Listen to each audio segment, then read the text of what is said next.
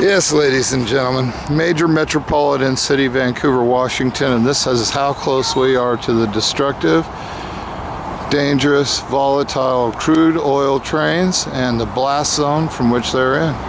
People enjoying a park, children, individuals just enjoying the beautiful walkway space right next to that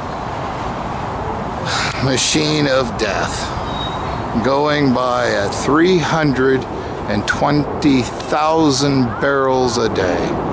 Chugga, chugga, chugga, chugga, chug. Right next to the Columbia River in beautiful downtown Vancouver, Washington, next to the I-5 freeway. This is how close you are to the blast zone. And this is the reason why we don't have a bridge, because if we started a bridge project over here, these guys shipping this oil here would have to wait for a while, and they don't want to wait. They want to keep shipping this oil. From here to here is barely a few hundred feet, and that is how close we are to the oil.